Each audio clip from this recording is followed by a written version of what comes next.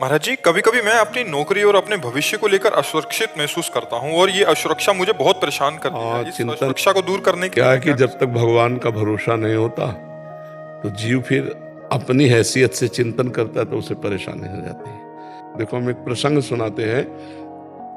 भीष्म पितामह जिस समय सेनापति बने, दुर्योधन के कौरव पक्ष के सेनापति, तो रोज 10,000 महारथी मारते थे। 10,000 महारथी भीष्म जी, महान धनुर्धर, लेकिन एक भी पांडव को खरोच नहीं आती थी। तो दुर्योधन जल जाता जब शाम के युद्ध का निर्णय सुने, बोले एक भी पांडव नहीं मारा गया। भीष्म जैसे सेनापति, एक भी पांडव नहीं मारा गया। तो उनके शिविर में जाकर के रोज इस बात के लिए झगड़ा करता।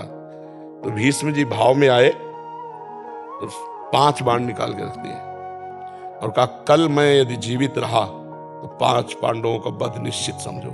अब ये खबर फैल गई पूरे दोनों शिविरों में कि भीष्म ने प्रतिज्ञा की कल 5 पांडवों का वध होगा। इतने में द्रौपदी जी आ गई। बोले, प्रभु सुना? बोले, हाँ सुना कि 5 पांडवों के वध का उन्होंने 5 बाण निकाल लिए। द्रौपदी जी का, अच्छा अपने दासी के कपड़े लाओ। भगवान ने दासी के वस्त्र पहने। द्रौपदी का आगे आगे चलो भीष्म पितामह के शिविर की तरफ।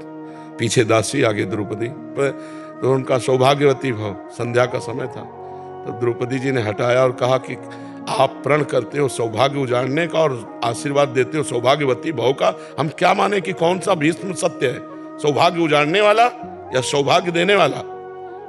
भीष्म जी का माला छूट गया।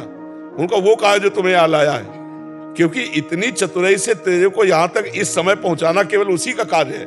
भीष्म जी खड़े हो गए और देखा तो दरवाजे में दासी बने खड़े थे भगवान। भीष्म जी ने जब देखा तो कहा, बेटी तेरे सौभाग्य को कौन उजाड़ सकता है?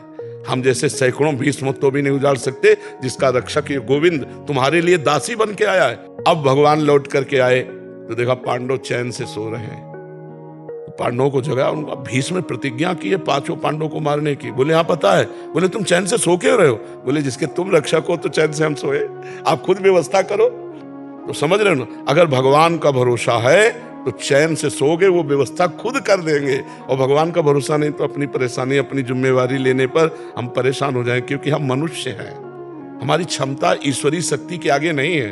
अगर ईश्वर का तो ईश्वरीय शक्ति के आगे किसी का ऐसा नहीं कि कार्य बिगड़ जाए, सदैव बनते ही पाया गया है। तो आप भगवान का भरोसा लीजिए, चिंता मत कीजिए, थोड़ा नाम जप कीजिए और भगवान के आश्रित रहिए। होगा वही प्यारे जो राम जी को भाएगा। और राम जी है मंगल भवन अमंगल हारी। अमंगल हो नहीं सकता, हो ही नहीं सकता, तो इसलिए भगवान के भरोसे रहिए।